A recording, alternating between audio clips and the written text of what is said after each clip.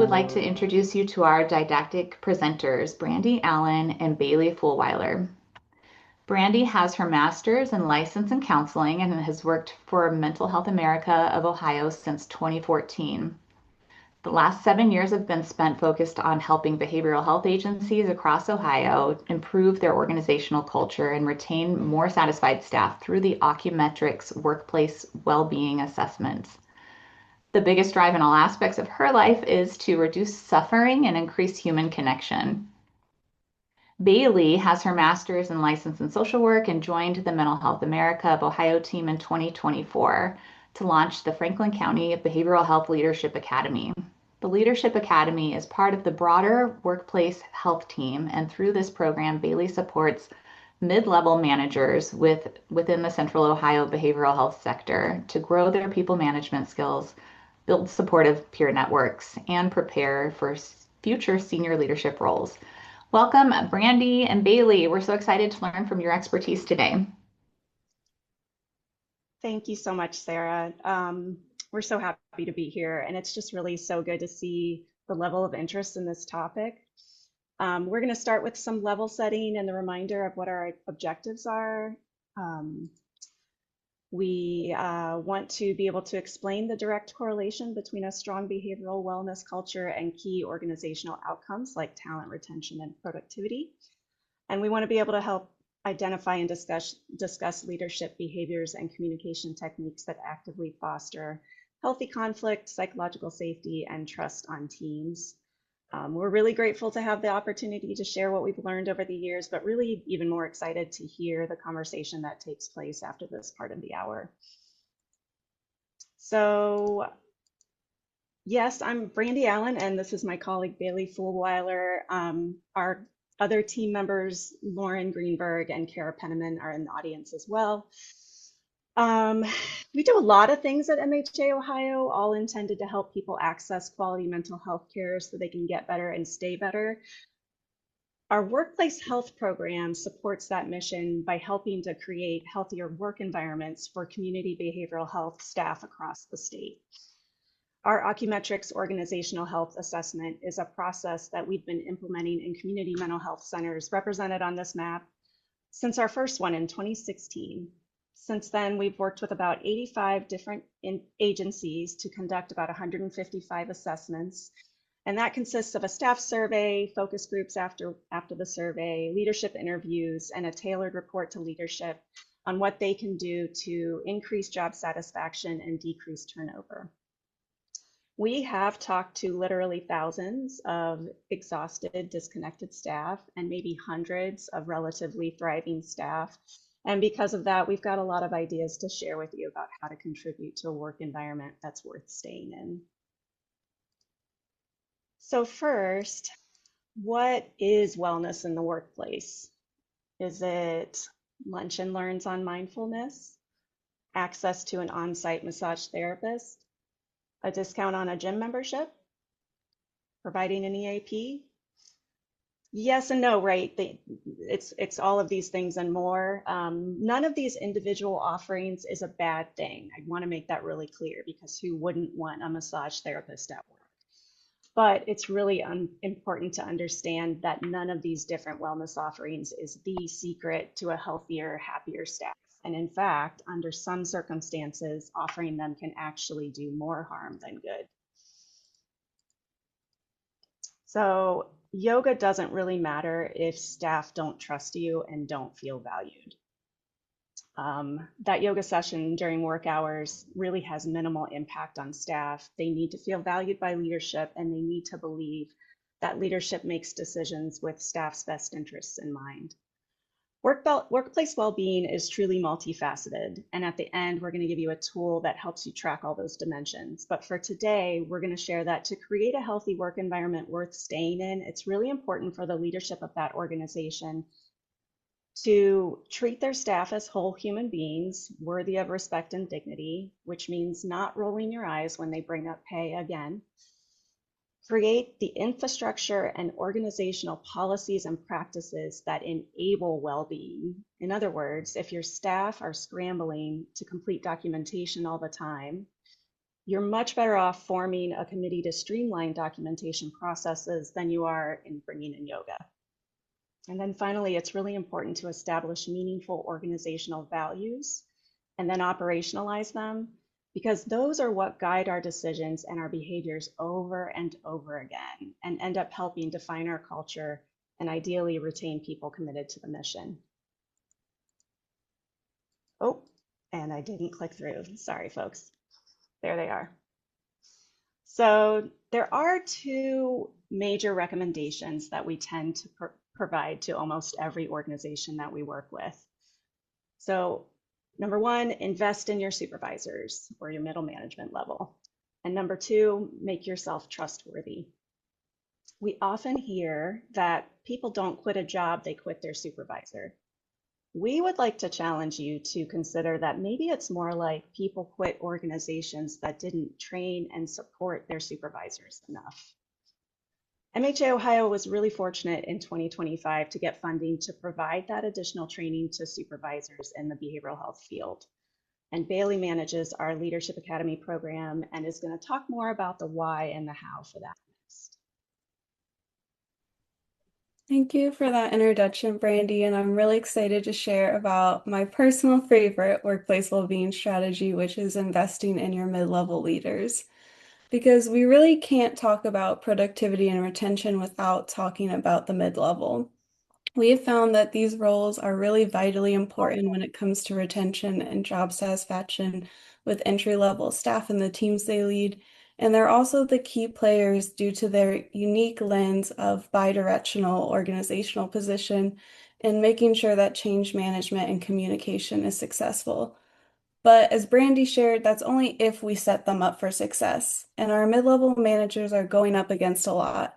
They've been promoted out of their peer group. They've been promoted out of the roles that they likely went to school for. As our comic on the right shows, moving into management is often the only advancement path for people in our organizations. And so we hear across the board from mid-level managers that they're not receiving training on people management skills and the new administrative duties that make up their roles. And everything from navigating conflict to delivering effective feedback to managing a budget or productivity, those skills all require training and shouldn't be assumed. Excelling in a past role doesn't automatically mean you'll excel at managing those that are in that role. And they're also in a unique position to be receiving feedback from every direction, and they're often the landing space for staff frustration. And so that's a lot to handle in one role. And so we can support them by a few different things. We've seen tremendous impact from making a commitment to providing them with training and high quality people management skills. And so making sure that we're really investing in, do you know how to lead others? And then making sure they know the new administrative duties that they're required to do. We also find that if we're consistent as senior leaders in providing them with all the context they need to successfully roll out change, they can grow that trust with transparency. One thing that I love about our Leadership Academy is that we find that we can prevent the isolation of being promoted out of your peer group by providing them with a network of support of other mid-level managers so that they can have peer consultation. And sometimes I think most hard for us is knowing that as senior leaders, we have a responsibility to provide them with coaching and accountability if they're consistently missing the mark when it comes to those people management skills. And when we don't, if we ignore those challenges, those problems grow and the trust with their team is damaged, which can have really long impacts on an agency. And then lastly, and most joyfully, this is not a glamorous job in most organizations, but it has a real impact. And so we really encourage folks to take time to recognize and celebrate the accomplishments of our mid-level managers, because they're often left out of those celebrations for entry-level staff that we see enacting our mission, and then our senior leaders who might be winning awards and being interviewed. And so spreading that recognition of what they do for our agency can be really important. And I'll just leave you with investing in your mid-level managers is investing in increased retention and productivity and a great foundation for building workplace well-being. But Brandy's going to help us extend our lens a little wider and look at practices that foster trust within organizations. Great, thanks, Bailey. So this slide is really aimed at people with the most power in an organization. If you don't necessarily fit that description, you might have a relationship or two with some of those folks. And so you can consider how you might advocate for more of these practices from them. We often hear frontline staff and middle managers express frustration about not feeling connected to leaders at the top. We also hear how hard it can be for those folks to try to make those connections because they're balancing so many different demands. The truth is, I've met a lot of burnt out CEOs, and I see many of them also start to operate on autopilot and show up to things kind of crispy like we do on the front lines too sometimes. So I try to encourage leaders to think about what it would be like to look like to be a little less armored, a little more willing to show their humanity, willing to admit that they don't necessarily have all the answers, but that they're trying and they want to do right by staff. The thing is, people will work harder and stick around longer, not only for missions they respect, but also for people they respect, and for people who feel at least somewhat down to earth and approachable. I also encourage leaders to focus on predictability and consistency in the way they respond to and share information with staff. So I think a lot of us here know about trauma-informed care and the value of it. Predictability is really at the heart of those principles. And we need leaders who may not respond to our email the same day, but who we know will not leave us hanging and will come with an answer that shows that they actually read your email in the first place. Trauma-informed communication can be really hard to implement. One sort of litmus test that we have to offer for any messaging prior to sending it is to anticipate whether it's going to leave people feeling powerless, overwhelmed, or confused afterwards. So you really need to consider the timing, consider pace, consider the frequency of change communications, and be sure to allow time for questions, including the hard ones. Finally, remember, although it feels like you're alone at the top at times, you don't have to believe that per se. You don't have to operate that way. You can build and lean on the skills and the wisdom of the people around you, which includes other leaders on your team and the staff that they support as well. Okay. Now let's talk about some of the things that any of us can do to contribute to a healthier work environment worth staying in. Most of us have been exposed to the concept of psychological safety at this point, which in part teaches that conflict and divergent opinions are healthy and important. And that's true. You should absolutely normalize and welcome conflict, but not if you don't also have good practices for how to resolve and repair conflict after it occurs. It really is during that part of the process where the magic happens. Those experiences of de-escalation, compromise, resolution, and reconnection, that's how your teammates learn it's safe for me to take risks on this team or with this person. We're going to find a way through it, and I'm still going to have a place here on the other side. More risk-taking means more innovation, and that means growth and better quality services. So if you're a team leader, it's important to learn and establish best practices around resolution and then model them.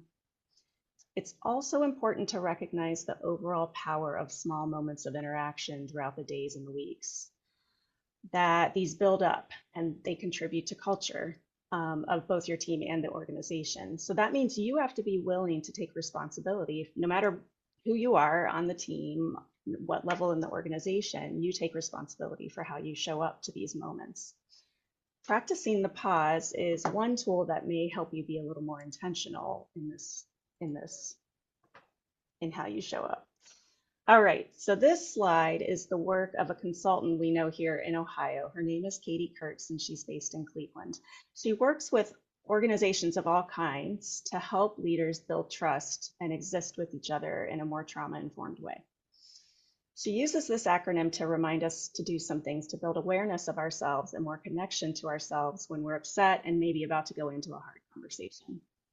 I'm going to do a real quick run through and highlight some of the components.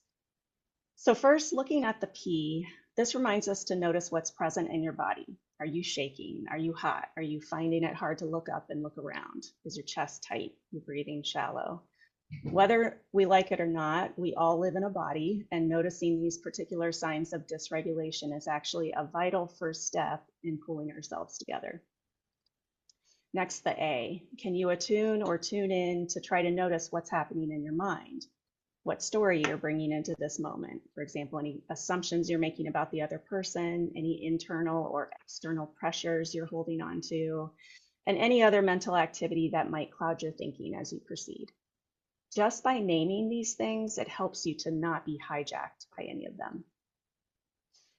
The you can be a little complicated and may need some more time after this moment, situation, conversation, but this is the reminder to try to notice patterns or other triggers that might be tied to the state that you're in.